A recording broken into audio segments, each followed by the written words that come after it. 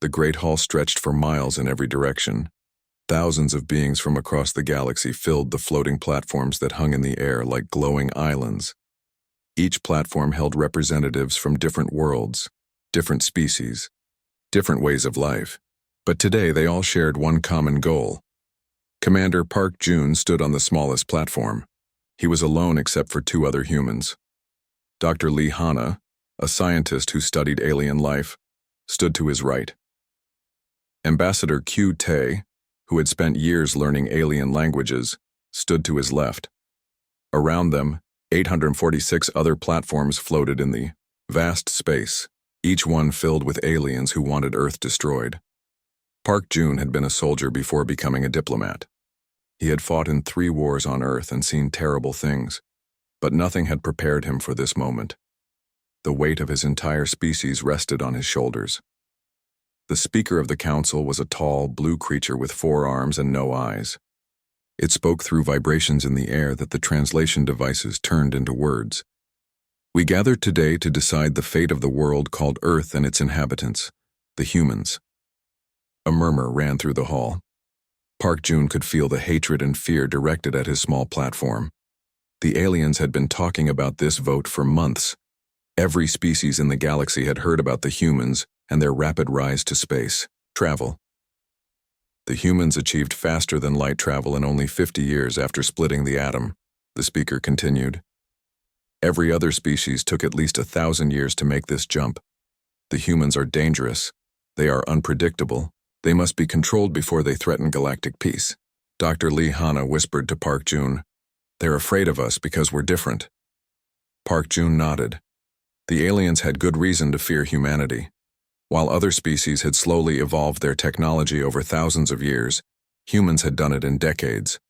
They had gone from horse-drawn carts to spaceships in just 2 centuries. The aliens saw this as unnatural and frightening. A representative from the Kelvari Empire spoke first. The Kelvari looked like giant insects with crystal wings. The humans have already shown their violent nature. They fight wars among themselves constantly. They have weapons that can destroy entire planets. If we let them spread across the galaxy, they will bring chaos. Another alien, this one looking like a floating jellyfish made of light, agreed. Our species has lived in peace for 10,000 years. The humans still fight each other over resources and territory. They cannot be trusted. One by one, the alien representatives spoke. Each one gave reasons why humanity was too dangerous to be left alone. They talked about human wars, human weapons, human aggression. They painted a picture of a species that would destroy everything they touched. Ambassador Q Tae had been recording everything. He had learned over 20 alien languages and could understand much of what they said without translation. What he heard made his blood run cold. The aliens were not just afraid of human violence. They were afraid of human progress. They think we'll surpass them, Q Tae whispered. They've been the dominant species for so long that they can't imagine anyone being better than them. When it was time for Earth to speak, Park Jun stood up. The hall fell silent. Thousands of alien eyes, sensors, and other strange organs focused on him. He cleared his throat and began to speak. "Honored representatives," he said, his voice carrying across the vast hall. "You speak of humanity as if we are monsters. Yes, we have fought wars. Yes, we have made weapons, but we have also made art, music, and literature. We have saved dying species on our world. We have reached for the stars not to conquer, but to explore." A reptilian alien from the far side of the hall hissed loudly. "You cannot deny your nature, human. Your species has never known true peace." Park Jun smiled grimly. "You are right. We have never known the peace that comes from having no one left to fight. Our peace comes from choosing not to fight when we could. That is a stronger peace than yours." The speaker raised one of its 4 arms. "Enough debate. It is time to vote. All those in favor of subjugating the human species and placing Earth under galactic control, indicate now." Platform after platform lit up with agreement. The vote was overwhelming. 846 species voted to subjugate Earth. Only Earth voted against it. "The motion passes," the speaker announced. "Earth will be occupied. Human expansion will be limited. Human weapons will be confiscated. The human species will be placed under the protection and control of the Galactic Council. Park Jun felt a cold anger building in his chest.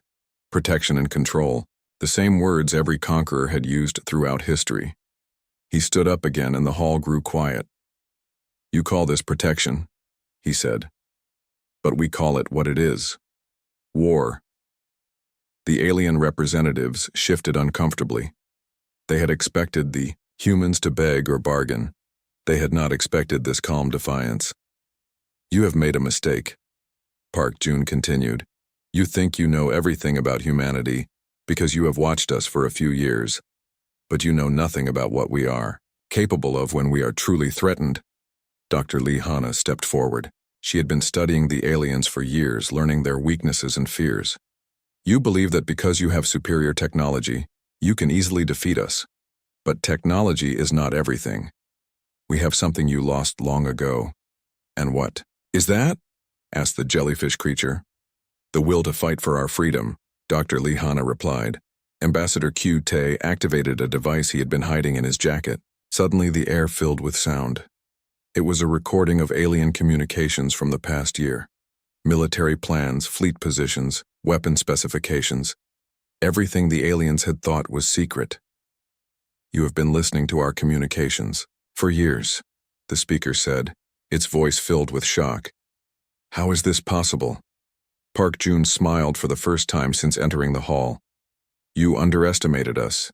You thought we were primitive because we achieved space travel quickly, but the same drive that got us to the stars in decades also helped us break your codes in months." The hall erupted in angry sounds and flashing lights as the aliens realized their mistake. The humans had been preparing for this moment. They had known the vote would go against them. "When your fleets arrive at Earth," Park Jun said, his voice cutting through the noise, "you will find that we are not the helpless primitives you think we are. You will find that declaring war on humanity was the worst mistake your species have ever made." With that, the three humans activated their emergency transport devices and vanished from the hall, leaving behind a galaxy that had just declared war on the most dangerous species they had ever encountered. The vote was over. The die was cast. And somewhere in the depths of space, Earth was preparing for war. 6 months had passed since the vote at the Galactic Council. Admiral Yoon Dae stood on the bridge of the Earth flagship Indomitable, watching the enemy fleet approach on the main screen. It was the largest military force ever assembled in galactic history. 10,000 ships from dozens of different worlds all coming to subjugate Earth. "Admiral, they're dropping out of faster-than-light travel now," reported Captain Kim Sol from her station. She was young but had proven herself in the war games Earth had been running for months. "The alien fleet is taking position at the edge of our solar system." Admiral Yoon Dae had been preparing for this moment since he was promoted after the Galactic Council vote. He was a thin man with gray hair and sharp eyes that missed nothing. He had spent his career studying military history, and now he would make some of his own. "How many ships do we count?" he asked. 10,237 vessels, answered Lieutenant Commander Moonbin from the sensor station. Moonbin had designed many of the weapons systems that would be tested today. Multiple ship classes from 43 different species. Yoon Dae nodded. The aliens had brought everything they had. They expected to face a few hundred primitive human ships and win quickly. They were about to learn how wrong they were. "Send the message to all stations," Yoon Dae ordered. "Operation Guardian begins now." Across the solar system, hundreds of hidden installations came to life. The asteroid belt, which had looked empty and normal to alien sensors, suddenly blazed with activity. Massive railguns that had been built inside asteroids powered up. Mining stations revealed themselves to be military bases. The entire asteroid belt had been turned into a weapons platform. On Mars, the great cannons that had been disguised as terraforming equipment swiveled toward the alien fleet. The red planet had become a fortress, its surface covered with gun emplacements and missile silos. Even the polar ice caps hid weapon systems beneath their frozen surfaces. Jupiter's moons had been the biggest surprise. What looked like simple research stations were actually shipyards that had been working day and night for 6 months. Hundreds of new human ships, built with technology reverse-engineered from alien communications, launched from concealed bays. Alien Fleet Commander was a proud creature called High Admiral Vextar. He belonged to a species that looked like walking trees with metal bark. His race, the Dendrani, had been spacefaring for over 5,000 years. They had never lost a Playboy battle. "Scan the human positions," Vextar ordered his subordinates. "I want to know exactly how many ships they have hiding." The Dendrani sensor officer worked at his station for several minutes before looking up in confusion. "Admiral, I'm reading weapons signatures from the entire inner solar system. It's not possible." "Explain," Vextar demanded. "The humans have turned their entire star system into a weapon. The asteroids, the planets, even some of their space stations. Everything is armed and targeting us." Vextar's bark-like skin darkened with anger. "Impossible. Our intelligence report said they had fewer than 200 military vessels. Sir, I'm counting over 800 human ships, plus thousands of stationary weapons platforms. And Admiral," the sensor officer paused, "some of these weapons are using technology we've never seen before." Back on the Indomitable, Captain Kim Sol was coordinating the defense. She had graduated top of her class from the Naval Academy just 2 years ago, but the war preparations had aged her quickly.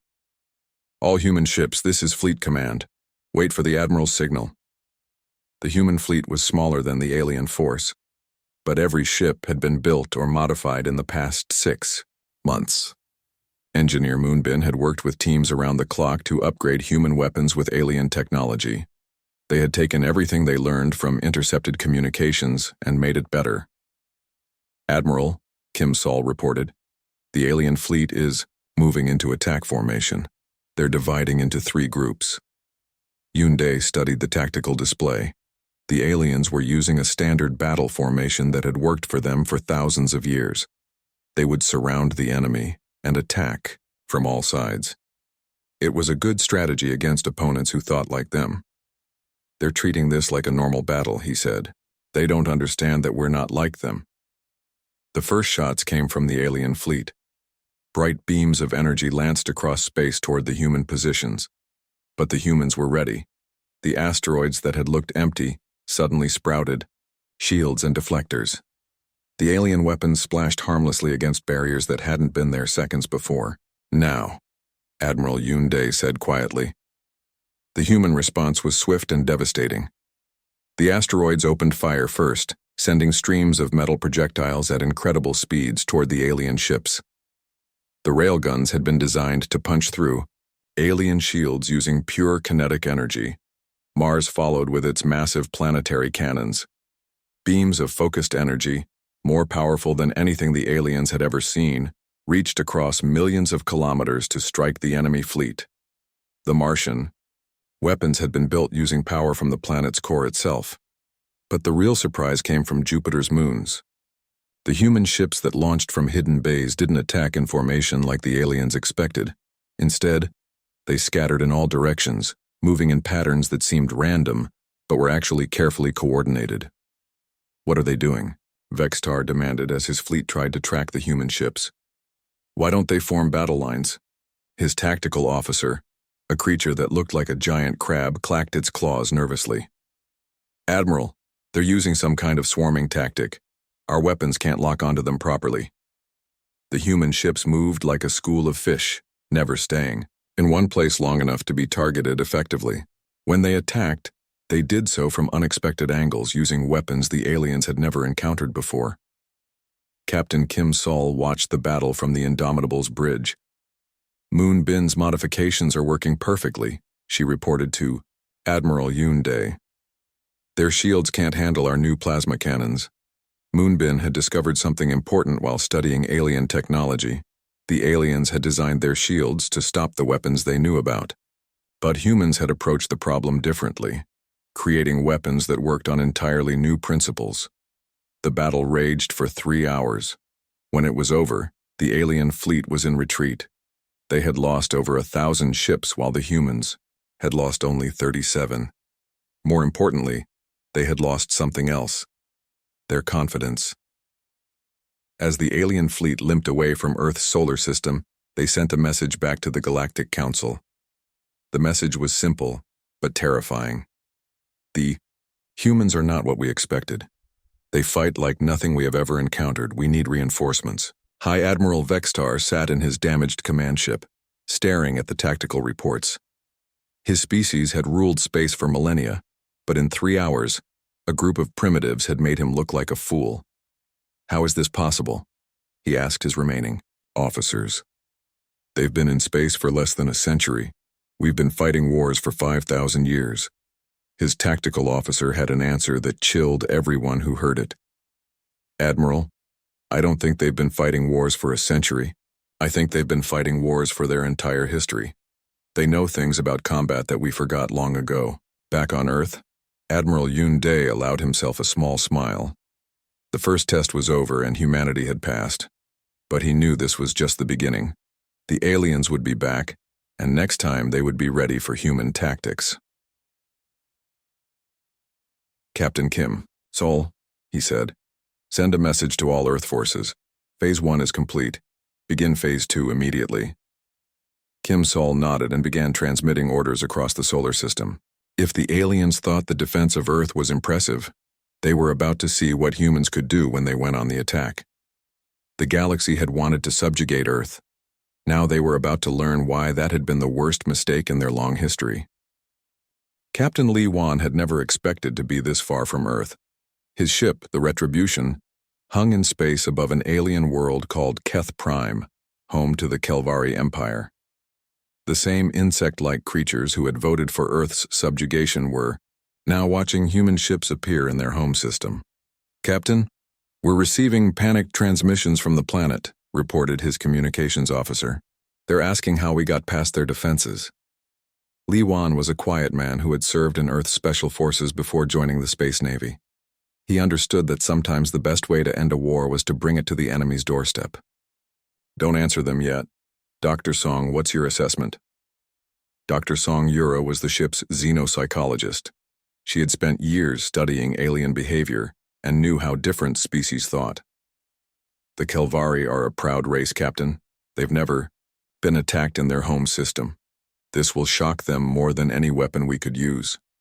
3 weeks had passed since the aliens' failed attack on Earth, but humanity hadn't waited for them to regroup. Instead, human ships had appeared simultaneously, in dozens of star systems across the galaxy, not to destroy planets or kill civilians, but to send a message. Nowhere was safe from human reach. Sergeant Park Min-ho led the special operations team aboard the Retribution. He was a small, wiry man who could move through enemy territory like a ghost. Captain, my teams are ready to deploy. We've identified the primary military command centers on the planet. The human strategy was precise and surgical. They didn't attack cities or farms. Instead, they targeted military bases, communication networks, and government buildings. They wanted to cripple the aliens' ability to make war, not commit genocide. Begin the operation, Lee Wan ordered. Small human ships barely larger than fighters dropped from the Retribution toward Keth Prime. They moved too fast for the planet's defenses to track effectively. The Kelvari had designed their shields to stop large invasion fleets, not tiny, fast-moving vessels. On the planet's surface, Kelvari military commanders watched in horror as the human ships bypassed their most secure installations. The humans seemed to know exactly where every important building was located. How do they know our base locations? Demanded General Zithak, the Kelvari military leader. Those installations are classified at the highest levels. His aide, a younger Kelvari, with bright blue wings, brought him the answer. General, they're not just attacking randomly. They're hitting our communication centers first, then our command posts, then our weapons factories. They know exactly how our military is organized. Dr. Song Yura had predicted this perfectly. The humans had spent months studying intercepted, alien communications, learning not just technology but also military organization, government structure, and even cultural weaknesses. The human ships landed near a major Kelvari military base. Sergeant Park Min-ho led his team out of their vessel, moving quickly through the alien facility. They wore powered armor that made them nearly invisible, and allowed them to move faster than the Kelvari could react. Remember, Park Min-ho told his team through their helmet communicators, "We're not here to kill anyone unless we have to. Disable the equipment and get out." The human soldiers moved through the base like ghosts. They planted small devices that would disable the bases, computers and communication systems. Within an hour, the most important military installation on Keth Prime was completely cut off from the rest of the Kelvari Empire. Similar operations were happening on dozens of worlds simultaneously. Human forces appeared, struck their targets with surgical precision, and disappeared before the aliens could respond effectively. It was unlike anything the galaxy had ever seen. Back in space, Captain Lee Wan received reports from teams across the Kelvari system. "All primary targets neutralized, Captain. No human casualties. Alien military resistance was minimal. But the most important part of the operation was what happened next." Lee Wan opened a communication channel to the planet below. "This is Captain Lee Wan of the Earth vessel Retribution," he said. "We have disabled your military command structure, but we have not harmed your civilians. This is a demonstration of human capabilities. We can reach any world in your empire whenever we choose." On Keth Prime, General Zithek stared at the communication screen. The human captain looked young and calm, nothing like the savage warriors the Kelvari had expected. "What do you want?" Zithek asked. "We want you to understand that the vote to subjugate Earth was an act of war," Lee Wan replied. "We are responding to that act of war, but we are not like you. We don't seek to rule other species. We seek respect." Dr. Song Yura had coached Lee Wan on what to say. The Kelvari valued honor above all else, by demonstrating that humans could have destroyed their world but chose not to. The humans were appealing to Kelvari concepts of honorable warfare. "You could have killed millions of our people," Zithak said slowly. "Yes," Lee Wan agreed. "But then we would be the monsters you believe us to be. We are better than that." This scene was repeated across the galaxy. Human ships appeared in system after system, demonstrating their reach and power while carefully avoiding civilian casualties. They hit military targets with precision that amazed the aliens, then offered terms for peace. Some alien species were too proud to listen. The Dendrani Empire, led by High Admiral Vextar, prepared for a massive counterattack. They gathered their fleets and prepared to strike back at human positions. But other species began to question the wisdom of the original vote. On the world of Seftai, home to a peaceful trading species called the Mothri, the Planetary Council met in emergency session. "The humans have shown us something important," said Counselor Yithra, an elderly Mothri with silver fur. "They have the power to destroy us, but they choose not to. Perhaps we were wrong about their nature." The human strategy was working. By demonstrating strength while showing restraint, they were dividing the Galactic Alliance. Some species began to see humans not as monsters, but as a powerful force that could be reasoned with. On Earth, Admiral Yoon Dae received reports from human forces across the galaxy.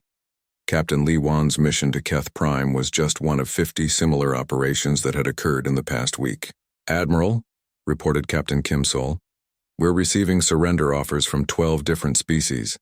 They want to negotiate separate peace treaties." Yoon Dae nodded. This was exactly what he had hoped for. "What about the major powers?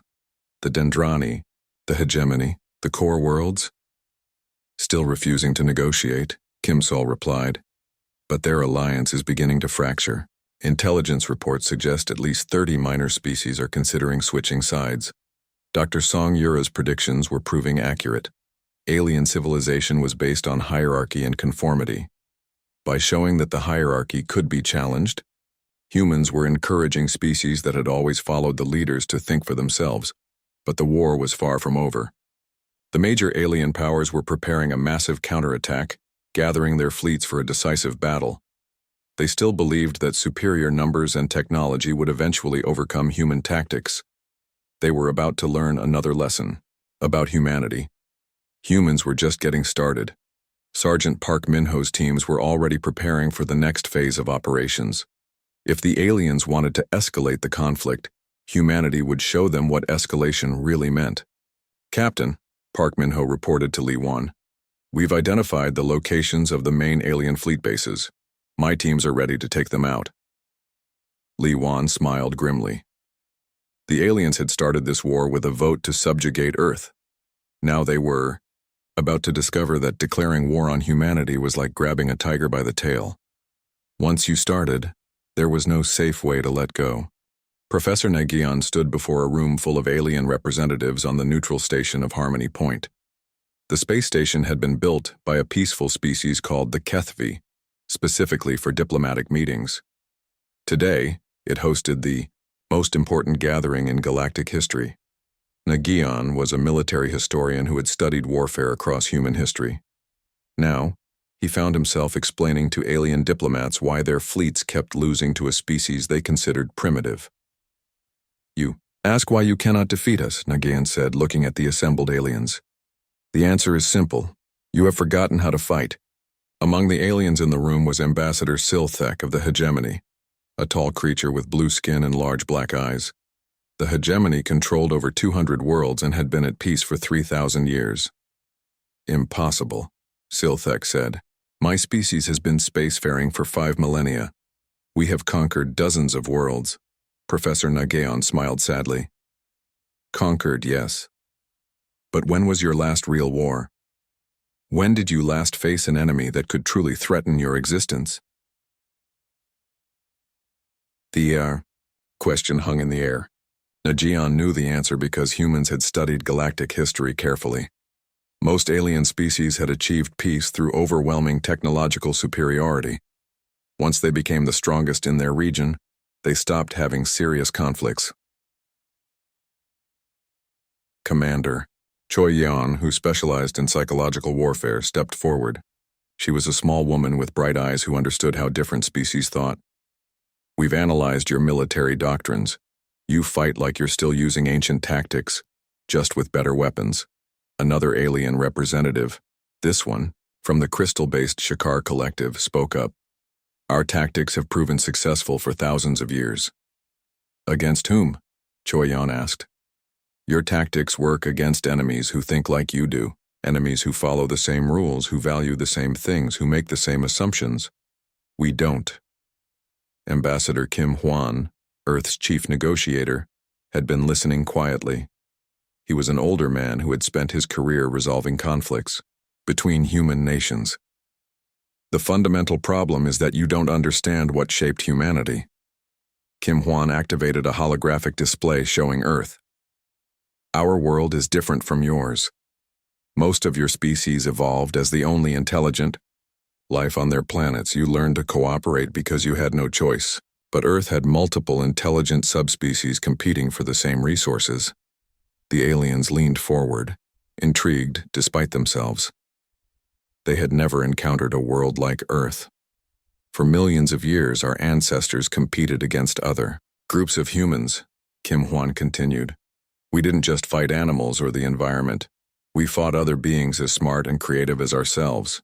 Everything we invented, from tools to language to agriculture, was developed in an environment of constant potential conflict." Professor Nagion picked up the explanation. "Your species learned to make war by fighting creatures that were stronger, faster, or more numerous than you. But they weren't smarter. When you developed superior technology, your wars ended because you could overpower any opposition. Humans learned to make war by fighting other humans," Commander Choi Yeon added. "Every weapon we invented, our enemies learned to counter. Every tactic we developed, they learned to defeat. We had to constantly evolve our methods of warfare because our enemies were just as intelligent as we were." Ambassador Silthek shifted uncomfortably. "You're saying that your constant warfare made you better at it?" "Not just better," Nagion replied. "Different. You learned to fight like generals commanding vast armies from safe positions. We learned to fight like survivors who might need to kill or be killed at any moment." This was the key insight that had emerged from human studies of alien psychology. Most galactic civilizations had developed warfare as an extension of their natural hierarchy. Leaders gave orders, subordinates followed them, and victory went to whoever had better technology or more resources. Humans had developed warfare as a contest between equals. Every human soldier was expected to think, adapt, and innovate on the Sarma battlefield.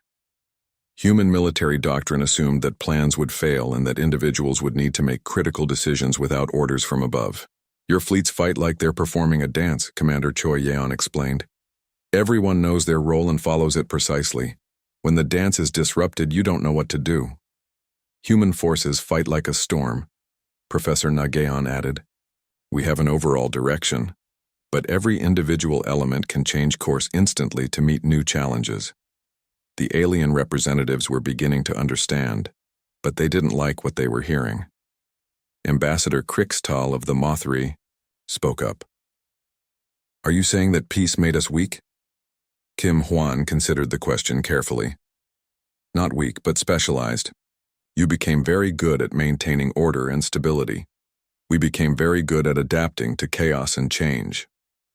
The problem, Commander Choi Yeon said, is that war is chaos. Your species learned to eliminate chaos from your lives. We learned to thrive in it. Professor Nageon brought up another holographic display, this one showing comparative military statistics. Look at your command structures. Your fleets are controlled by a single admiral who makes all the important decisions. Our fleets have multiple commanders who can act independently. Look at your tactics, Choi Yeon added. You use the same battle formations your ancestors used thousands of years ago. We develop new tactics for every engagement. Look at your training, Kim Hwan concluded. Your soldiers learn to follow orders perfectly. Our soldiers learn to think for themselves when orders don't make sense. The aliens were silent for a long moment. Finally, Ambassador Silthek spoke. If what you say is true, then how can we ever hope to defeat you? You can't, Kim Hwan said simply. Not by fighting us the way you've always fought. But that's not the real question. What is the real question? Asked Ambassador Krixtal. The real question is why you want to fight us at all, Kim Hwan replied. You voted to subjugate Earth because you were afraid of us. But what exactly were you afraid of? Professor Nageon knew the answer because he had studied the transcripts of the Galactic Council meeting. You were afraid that we would do to you what you did to smaller species. You were afraid that we would conquer and rule. But we've had the power to destroy your worlds for weeks now, Commander Choi Yeon pointed out. Instead, we've offered peace to any species willing to negotiate. The truth was beginning to dawn on the alien representatives. They had been so focused on maintaining their position at the top of the galactic hierarchy that they had assumed humans wanted the same thing. You don't want to rule the galaxy, Ambassador Silthek said slowly. We want to be left alone to develop as we choose, Kim Hwan confirmed. We want to trade, explore, and learn. We want to be treated as equals, not subjects. But you voted to subjugate us based on the assumption that we were like you, Professor Nageon said. You assumed that because you would try to dominate others if you had our power, we would do the same. Ambassador Krixtal looked around the room at her fellow aliens. We judged them by our own standards. The irony, Commander Choi Yeon said, is that your attempt to prevent us from becoming a threat turned us into exactly the kind of threat you feared. If you had welcomed us as equals, we would have been happy to join galactic civilization peacefully. Kim Hwan stood up. But it's not too late. The offer still stands. Any species that recognizes Earth as an equal partner can have peace immediately. We're not interested in revenge, only in justice. The meeting continued for hours, but the foundation had been laid. For the first time, alien species were beginning to understand that the vote to subjugate Earth had been based on their own fears and prejudices, not on any real threat from humanity. Some species would accept the human offer of peace. Others would continue fighting, convinced that their superior technology would eventually prevail. But the psychological warfare was already having its effect. The galaxy was beginning to realize that the humans were not the monsters they had imagined. They were something far more dangerous. They were right. Admiral Zhang Sua commanded the largest human fleet ever assembled. From the bridge of her flagship Liberation, She watched as ships from 6 different alien species took their positions alongside human vessels. It was a sight that would have been impossible just months ago. "Admiral, the Mothri squadron is reporting ready for combat," announced her communications officer. "The Kethvi medical ships are standing by to treat wounded from both sides." Jong-sua was a veteran of Earth's naval wars, but commanding an allied fleet of humans and aliens was entirely new territory. She had to constantly adjust her tactics to account for different species' capabilities and limitations. "What's the status of our primary target?" she asked. Captain O'Meara, who had been working closely with alien defectors, consulted her tactical display. "The Dendrani fortress world of Yex Prime is heavily defended, Admiral. They've got 3 battle fleets in orbit and planetary shields that can stop most weapons. But the assault on Yex Prime wasn't just a military operation. It was a political statement. The Dendrani Empire had been one of the most vocal supporters of Earth's subjugation, and their leader, High Admiral Vexstar, had sworn to fight humans to the last ship. Dr. Shin Hyuk, the xenobiologist working with alien defectors, had discovered something important about Dendrani psychology. "Admiral, the Dendrani respect strength above all else. If we can defeat them decisively, other holdout species will see that continued resistance is hopeless." The tide of the war had been turning for weeks. What had started as a unanimous vote of 846 species against Earth had crumbled into a fragmented conflict. Nearly half the original alliance had negotiated separate peace treaties with humanity.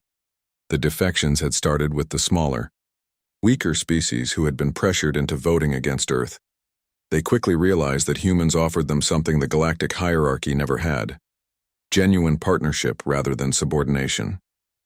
"Admiral," reported the communications officer, "we're receiving a transmission from the Kelvari fleet. General Zithak wants to speak with you personally." Jong-sua smiled. The Kelvari had been among the first to switch sides after Captain Li Wan's demonstration at Keth Prime.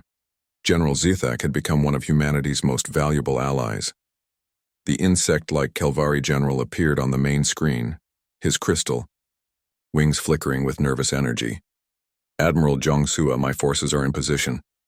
But I must ask again, are you certain about attacking Yex Prime directly? The Dendrani have never been defeated in their home system."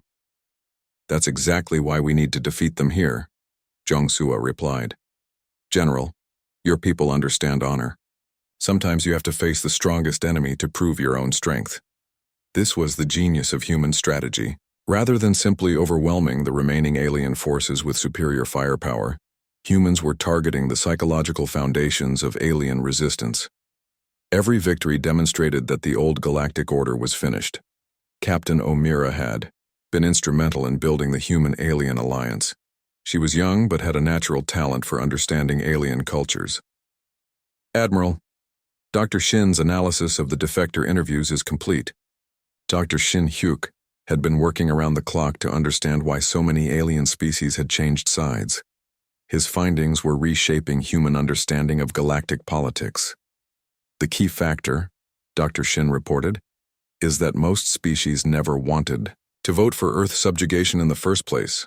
They were pressured into it by the major powers who controlled galactic trade and technology. This revelation had changed everything. Humans had initially assumed that the vote represented genuine hostility from all 846 species.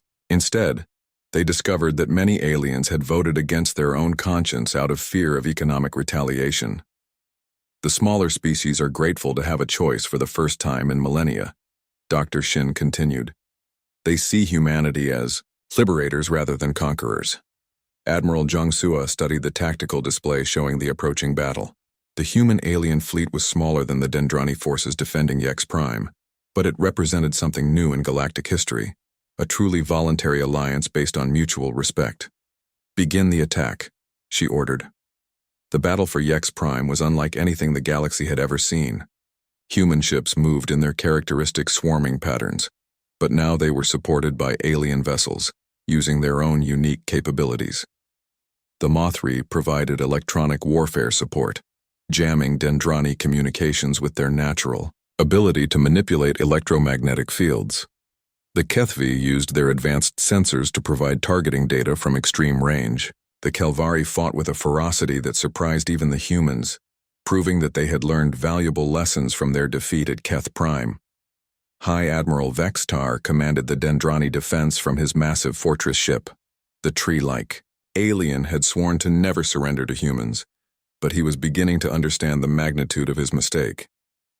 "Admiral," reported his tactical officer, "the human forces are using some kind of coordinated strategy we've never encountered. They're not just working with the alien defectors, they're amplifying each other's strengths." This was the revelation that terrified the remaining holdout species. Humans didn't just defeat their enemies, they turned them into allies who fought more effectively than they ever had before. Captain O'Meara coordinated the multi-species assault from her position on the Liberation. "Admiral, the Kelvari are requesting permission to lead the final assault on the fortress ship. General Zethak says it's a matter of honor." Jong Sua considered the request. Allowing alien allies to take the lead in important battles was risky, but it sent a powerful message about human intentions. "Permission granted. Tell General Zethak that the honor is his." The Kelvari assault on Vextar's flagship was swift and decisive. The insect-like warriors fought with a passion that came from proving themselves to their new human allies. When Kelvari Marines boarded the Dendrani command ship, Vextar finally understood what he was truly facing. "You have turned our own people against us," Vextar said when General Zethak reached the bridge. "No," Zethak replied. "You turned them against yourselves. The humans simply offered them something better." Within hours, Yex Prime had fallen. The most powerful military force in the Dendrani Empire had been defeated by a mixed fleet of humans and former enemies. The psychological impact rippled across the galaxy. Back on the Liberation, Admiral Jong Sua received reports from across known space. "Admiral," her communications officer announced, "we're receiving surrender requests from 18 more species. They want to negotiate terms immediately." Dr. Shin Hyuk was monitoring alien communications networks. The holdout species are in complete panic. Many of them are blaming each other for the original vote. The alliance is collapsing completely. But the most important development was happening on the liberated worlds. Human administrators, working with local alien governments, were establishing new trade agreements and mutual defense pacts. They were proving that humans could be trusted with power. Captain O'Meara brought Admiral Jong Sua the final tally. "Admiral, we now have formal alliance agreements with over 400 species. That's more than voted for our subjugation originally." The transformation was remarkable. In less than a year, humanity had gone from being a condemned species to leading the largest voluntary alliance in galactic history. But Jong Sua knew the war wasn't over yet. "What about the core powers?" she asked. "The hegemony, the core worlds, the Eternal Empire?" "Still holding out," O'Meara replied. "But their fleets are scattered and demoralized. Intelligence suggests some of their member species are considering rebellion." Admiral Jong Sua nodded. The final phase of the war would be the most dangerous. The remaining alien powers had nothing left to lose, which made them unpredictable. But humanity had something they had never possessed before: the moral authority that came from turning enemies into friends. "Send a message to Earth," she ordered. "Tell them that Phase 4 is complete. We're ready to begin the final phase." The tide had turned completely. The species that had voted to subjugate Earth were now either allies or isolated holdouts facing inevitable defeat. Humanity had proven that their greatest weapon wasn't their technology or tactics. It was their ability to inspire others to be better than they thought possible. The galaxy was about to learn the final lesson about humanity. When humans won a war, everyone won.